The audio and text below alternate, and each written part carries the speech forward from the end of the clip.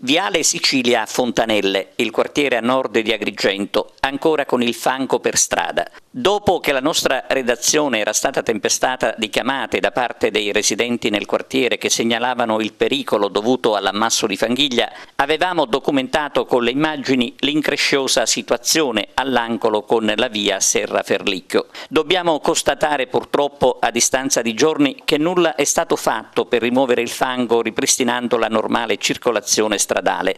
Nessun intervento se non una freccia collocata, tra l'altro completamente al buio di sera, che obbliga a spostarsi.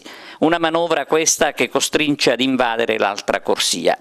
Pericoli sopra pericoli, insomma, per un problema che ci potrebbe risolvere in pochi minuti inviando sul posto gli operai.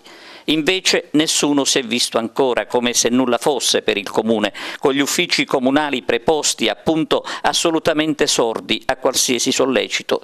Ricordiamo che il fango nel viale Sicilia a Fontanelle è un problema antico che mai ha visto interventi risolutivi. Il silenzio del comune ovviamente complica la situazione.